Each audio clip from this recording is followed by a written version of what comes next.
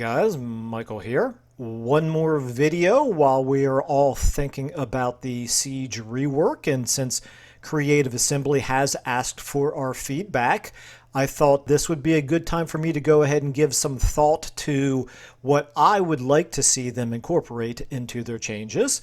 And what I decided to focus on here would be three really fairly simple changes that I hope that they would consider in the work that they're doing. And then there's going to be a bonus one at the end, so make sure you stick around for that. So what I want to talk about in this video are not the really big deals. We know some of them they're already aware of and they're already working on. I don't want to get deep into things like the pathfinding or the expanding of the maps to make them bigger. They know about those things. Those things seems to me like they're going to take a lot more work. So what I want to focus on for this video are three things that I think are actually really quite simple. And I'm going to try to give the justification for why I would like to see these included in the changes that are upcoming. So a couple points I just want to make before we get into what those three are. What do we want to accomplish with siege battles? Because I know I've talked about siege battles in any number of videos, but I think it's always good to just kind of keep in mind what it is that we want to accomplish here. And so siege battles really should be both a challenge for the player when you're the attacker, but also they should be these epic battles, and they're just really not in vanilla Warhammer. But, you know, using some mods, I think that in my campaigns and my Let's Plays on this channel, hopefully some of you would agree, some of the most epic battles that we've had in these campaigns have been siege battles. So, you know, a really good big siege battle ought to just feel really, really grand, and it just ought to be a really memorable experience. So how do we accomplish that? Well, there's two things that I think we need to keep in mind. Number one, it should be meaningful to take a really important strategic objective like a walled city. So it should be challenging for the attacker, but not in an arbitrary sense. You know, it should make realistic sense why it's a challenge. And then number two, we want the battles to feel dynamic. We want them to feel complex. We want them to take advantage of all the different aspects of a walled city siege battle that the game has to offer. So, for example, you've got siege equipment that the game allows you to build, and the way that the game plays right now, it just doesn't really feel like that siege equipment is really playing that important of an aspect in the battle. So obviously that's something that CA has talked about. They want to make it a little bit easier to build more siege equipment. They want to make it so that the siege equipment is definitely an important aspect of your tactical approach when you're attacking a walled city. So I think they have the right idea there. But so those are really the things that I want to keep in mind, is that we want it to feel not just like a slightly different version of a field battle where you just overwhelm the defenders by just rushing forward, but rather to have it make it feel more dynamic because there's just more moving pieces going on in a walled siege battles, walled city battle. So, okay. So having said that up front, those are the two things that we want to keep in mind. How would we accomplish that? And these are my top three pretty simple changes that I would like to see them incorporate. First one has to do with ladders. Second one has to do with walls. Third one has to do with gates. In no particular order of importance then, the first thing that I would do when it comes to the ladders is I would make sure that they are remaining a part of the battles. I would not permanently remove them like they've kind of hinted at in this beta. I shouldn't say hinted at. I mean, it's an option that you can turn on or off, but I don't think the solution is to remove the ladders completely. Ladders are a really important part of walled city battles. At the same time, however, using those ladders should be more challenging than it currently is because it trivializes the use of the walls the way that it currently works. So what I would do, put the ladders back in. I don't care whether you make them the pocket ladders, or, since the majority of the community seems to be against that, make them a buildable in the siege equipment screen. That's fine as well.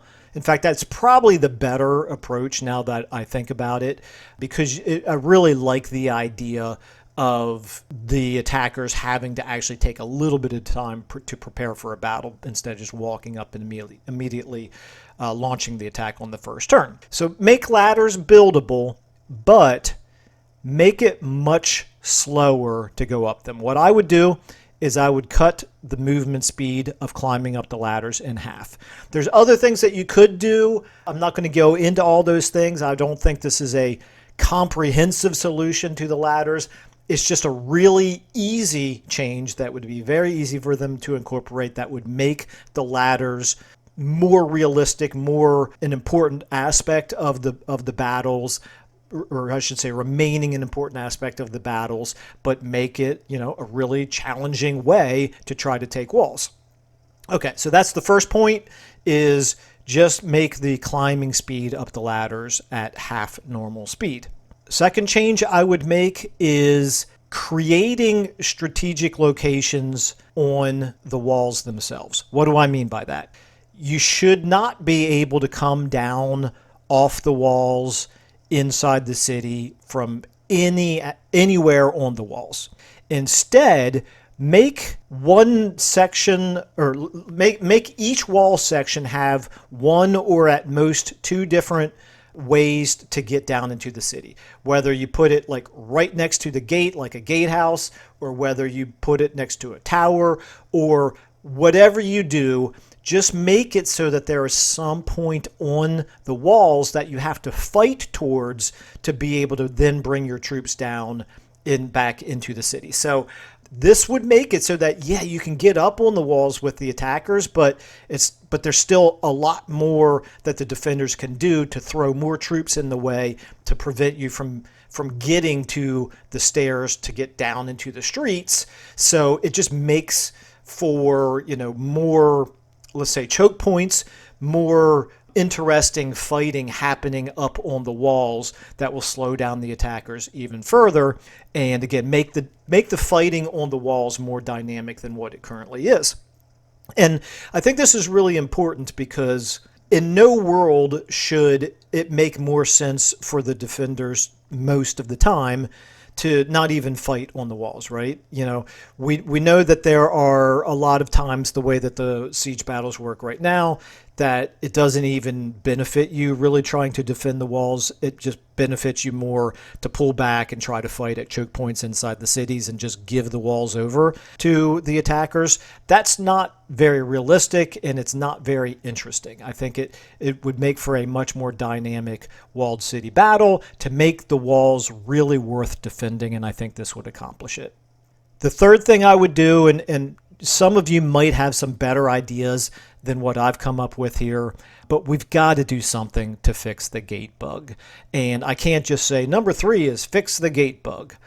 For anybody not familiar with it, there's a real problem in the game right now where when you're the attacker and you're damaging, let's say your legendary lord or a monster, with siege attacker trait, is attacking the gate, at some point the defender opens up that gate and you can no longer do any more damage to it, but you also are kind of stuck. You can't, the gate looks open, but you can't move more troops in, and you can't pull the troops that were attacking the gate and are now kind of inside the city. You can't pull them back out. And so it's just a really bad bug the way that the game works right now. Now, again, it would be easy for me to just say, fix that bug, but I'm going to offer a suggestion as to how I think that they can prevent it. And that is to make it so that, and this is imperfect, believe me, this is suboptimal. So that's why I'm saying some of you might have be able to come up with a better idea than what I've come up with here. But make it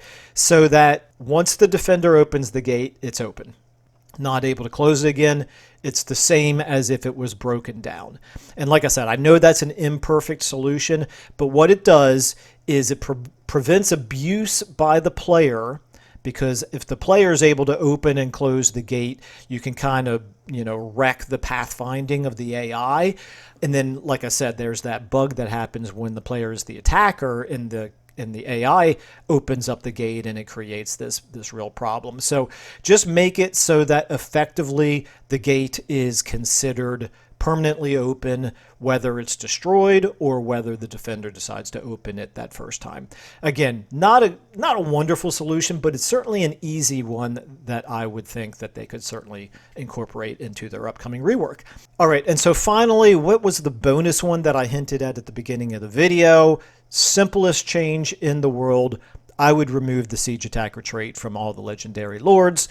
That way you don't have this arbitrary legendary lords are always able to just immediately launch the attack and ignore all the other rules of the siege attacking. So really simple change. I made a video on it a little while back as to why I think it makes sense.